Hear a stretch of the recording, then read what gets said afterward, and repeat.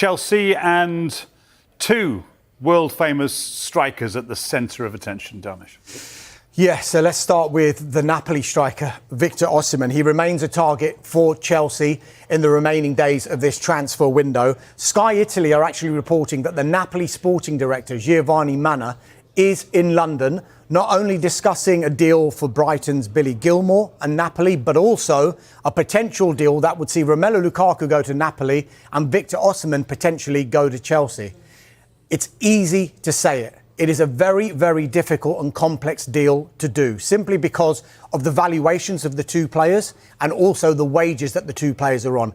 Osimhen is on significantly higher wages than Romelu Lukaku. So it's a complex deal to do, but the fact that they are discussing it would indicate that maybe there is a deal to be done here. Chelsea value Lukaku at around £35 million. They don't want to budge on that.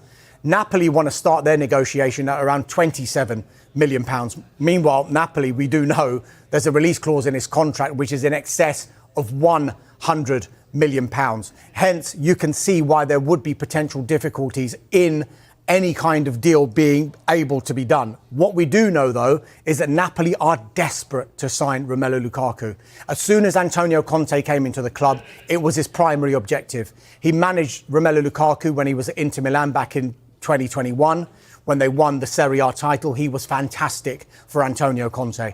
Victor Osimhen is not featuring during pre-season as far as Napoli and Antonio Conte are concerned. There is another club who's interested, PSG. They're likely, according to Sky in Italy, to leave it later in the window to maybe see if they can get a better deal. Saudi Arabia as well are interested in Osimhen, but we think Osimhen wants to maintain that challenge of one of European football's top 5 leagues, maybe Champions League football, but of course you wouldn't get that at Chelsea, but still one of the 5 leagues in Europe. So if Chelsea are focusing on him, does that mean that they've moved on from João Felix, whose future is maybe linked with that of Conor Gallagher as well? I don't think they've moved on totally yet. Chelsea have been exploring a deal for João Felix. That's because the deal to take Samu Omorodion from Atletico Madrid to Chelsea broke down over personal terms. And as a result, the move that Conor Gallagher was about to do to go from Chelsea to Atletico Madrid, that effectively fell through as well. One thing is clear, Chelsea are desperate to do a deal that would see Gallagher go to Atletico Madrid. Atletico Madrid are still desperate to see Conor Gallagher come to Madrid. They were really impressed with Conor Gallagher in the few days that he spent doing his medical, finalising his personal terms. So the question is, how can this deal still get done? The one way it can get done is Atletico Madrid need to raise money in order to fund the £36 million that they have agreed with Chelsea for Conor Gallagher. They can do that quite easily if they can do a deal with Chelsea with João Felix, because everyone is then involved and you don't need to rely on any other party in the deal. They're also looking at other options for Omorodion once the deal with Chelsea fell through to try and get that money that would fund the Gallagher deal, or maybe even sell another player to get that money to fund the Gallagher deal. I've been looking at this quite a lot today, and there seems to be a lot of scenarios that Chelsea would be happy with, mildly happy with, and would dread. The best case scenario, I think, probably would be Romelu Lukaku goes to Napoli, Victor Osimhen goes to Chelsea, João Felix goes to Chelsea, Conor Gallagher goes to Atletico Madrid.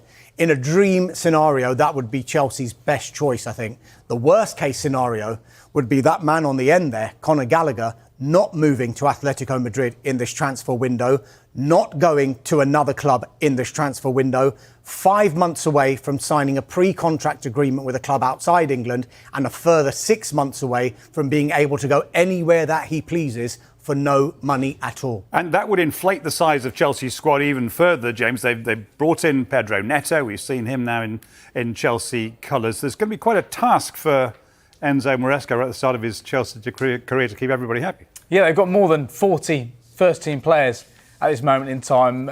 Some will question, can they fit those within the 25-man Premier League squad, which they need to register with the Premier League at the end of this transfer window? Well, actually, they can register as many under-21 players they like. They've got 14 at this moment in time. So actually, there's only 3 or 4 players that wouldn't be able to fit into that Premier League squad. And We look at Conor Gallagher, we look at Romelu Lukaku, Trevor Chalobah not training the first team squad at the moment, willing to listen to offers for the likes of Armando Broja, David Datro, the foreigner as well. So I think Chelsea are relaxed about the situation of everybody who's in that squad come the end of the transfer window should be available to play for Chelsea. But there is an issue for Enzo Maresca, despite the fact Chelsea can register these players. He's the man got to try and fit them all within a structure in his first season working at Chelsea, a new style of play, especially in that forward area, especially if it looks like they're going to bring in even more players. It's going to be very difficult for him to get it right, especially the opening game of the season, Sunday, Manchester City, the champions at home. But he has watched Pep Guardiola at Manchester City in his days as an assistant there, dealing with exactly those problems, having too many good players.